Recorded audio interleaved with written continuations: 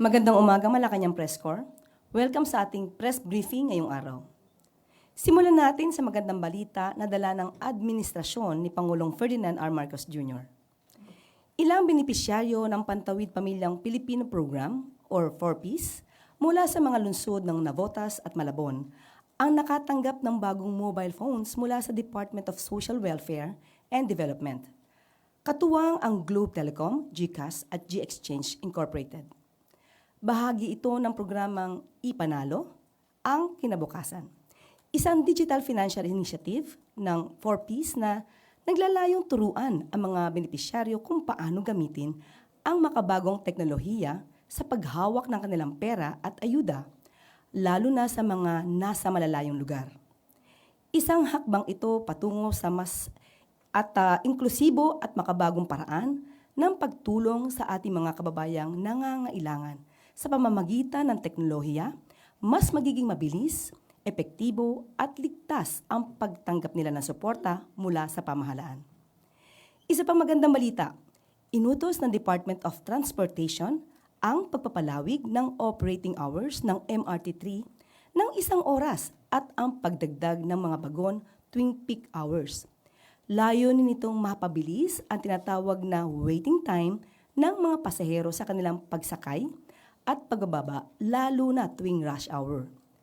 Ayon sa DOTR, magsisimula na sa susunod na linggo ang mas mahabang oras ng operasyon ng MRT3 upang mas maging maginhawa ang biyahe ng mga pasahero. At ito po ang mga good news natin sa araw na ito. Handa na po tayong sumagot sa inyong mga katanungan. First question, Alvin Baltazar, Radyo Pilipinas.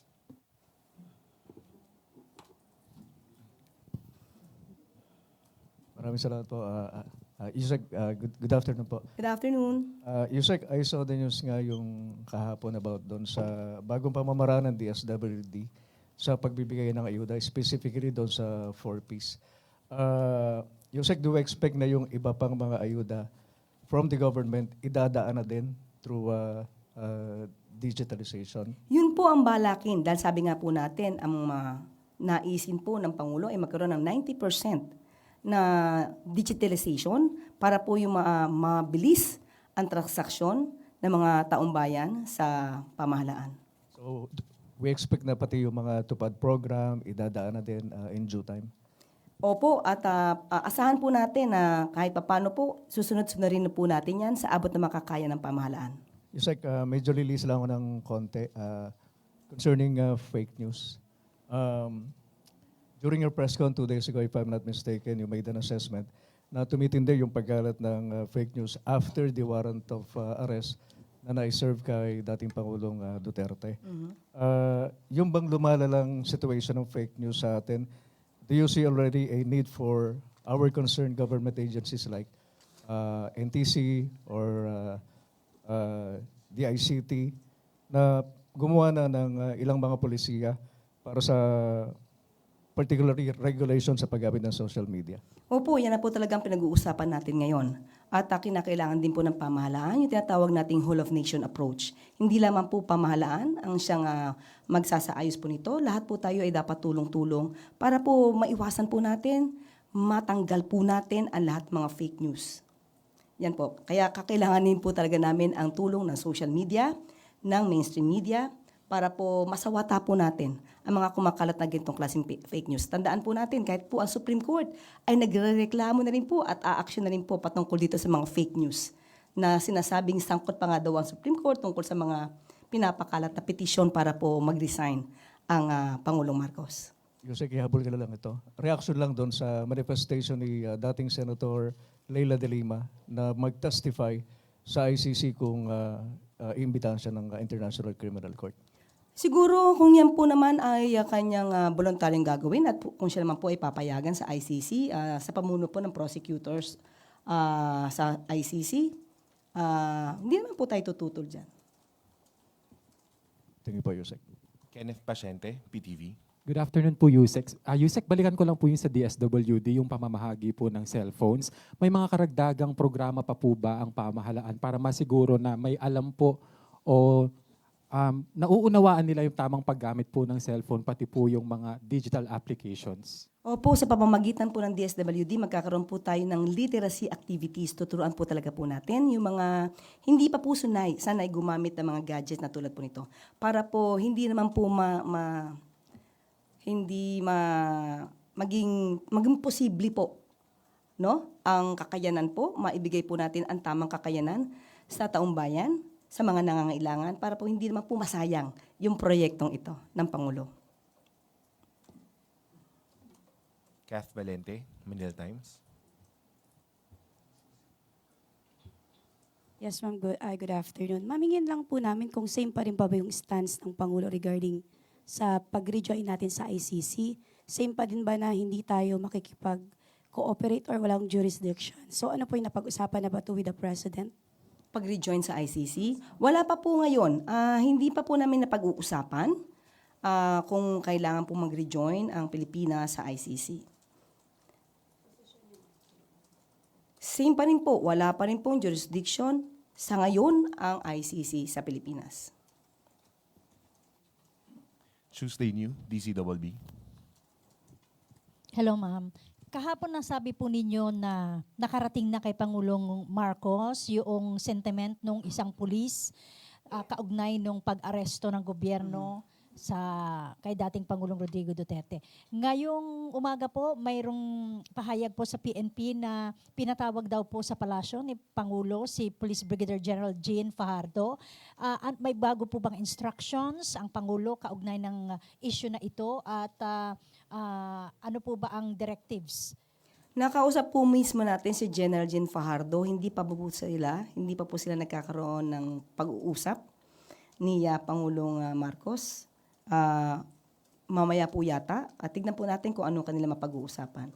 Pero patungkol po dito sa pulis na nag-viral po, matagal na po pala to as of March, effective March 5, tinatawag na po siya na AWOL. Nadeklara po siyang AWOL. Kung sa inyo po, hindi po natin alam kung ito po yung nabanggit na po rin ni General Jean Fajardo na meron po palang talagang reklamo na dito sa police na involved, may red flag regarding sa kanyang health condition. Kaya siya po ay meron po napakita, evaluation po ng neuropsychiatric division na siya po ay may mga mood swings po pala talaga as early as 2003. At siya nga po ay under medication hanggang October 2024. At nung nakitaan na mukhang nagiging normal na siya po ay pinayagan na makapagtrabaho ng normal, pero mukhang umuulit po yung mga episodes.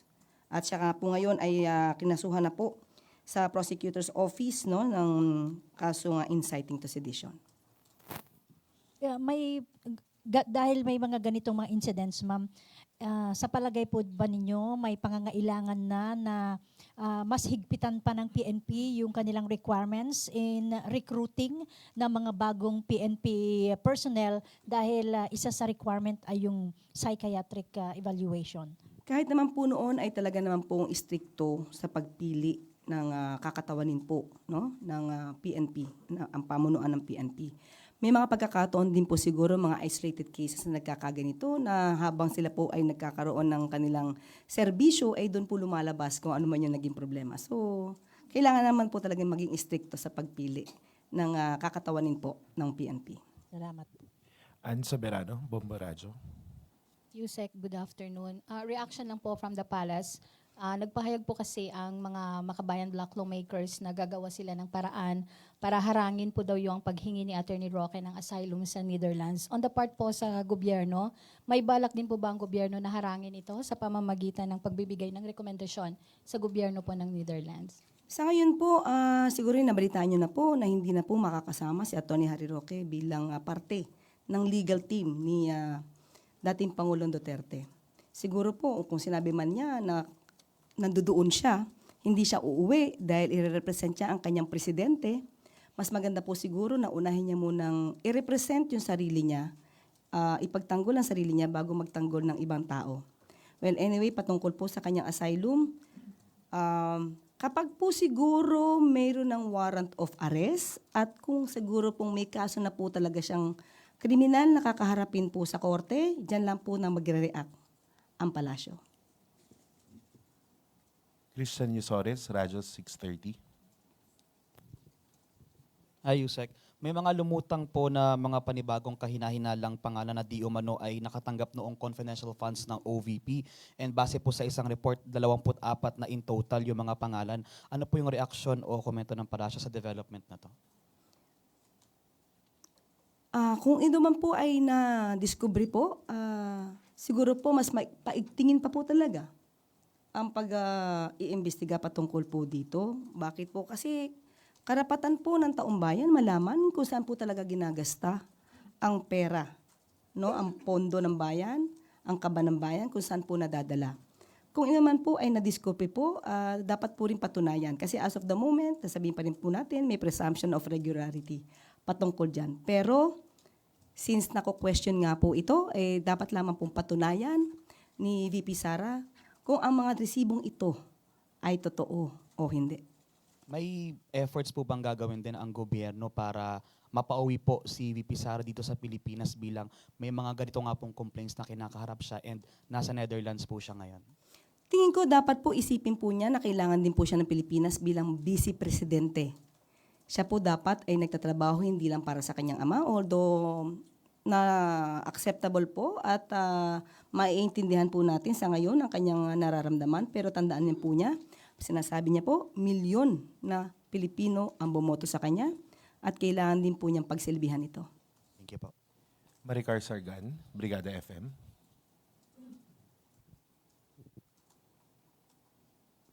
Good afternoon po, Yusek. Sa isa pong Facebook Live kagabi, nabanggit ni Davao City Mayor Baste Duterte or dinescribe niya na parang binabanggit niya na mahirap yung sitwasyon daw nila ngayon na parang sinisingle out sila ng presidente and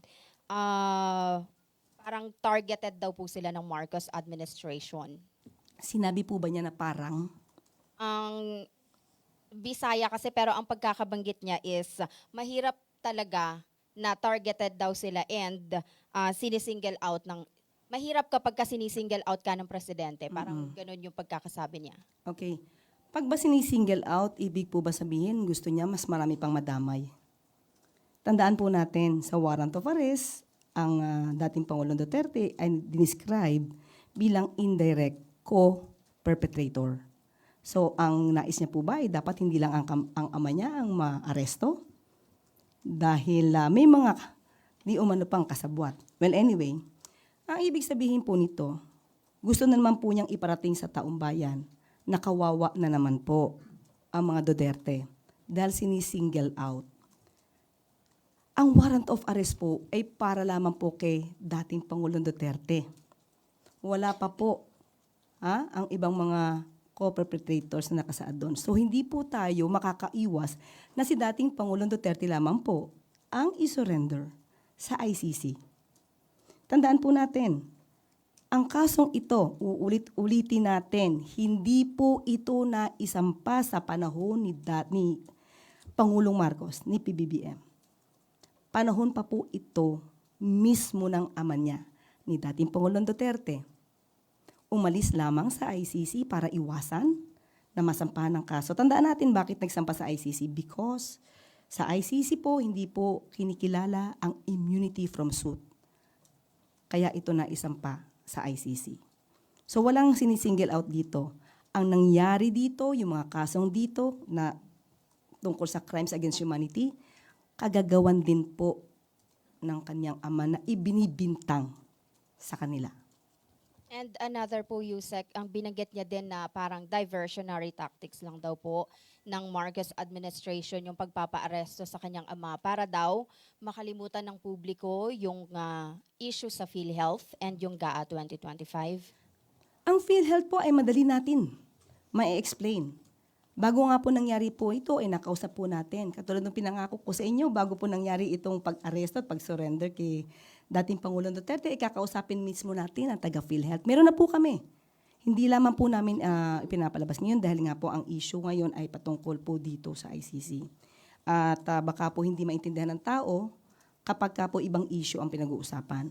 Pero madali pong i-explain kung ano po ang nangyari sa PhilHealth. At yung tungkol po sa GAA, hayaan po natin dahil ang sabi po natin, sumusunod tayo sa principle, enrolled bill principle.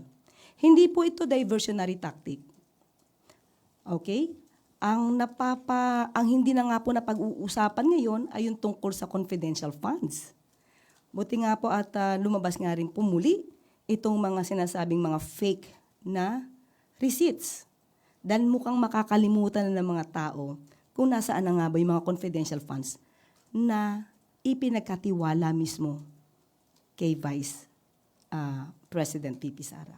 So walang diversionary tactic dito, diversionary issues na pag-uusapan. Bakit? Nangyayari lamang po eh. Ito po yung nangyayari. Day by day may nangyayaring news. So hindi po diversionary tactic ito. Thank you po.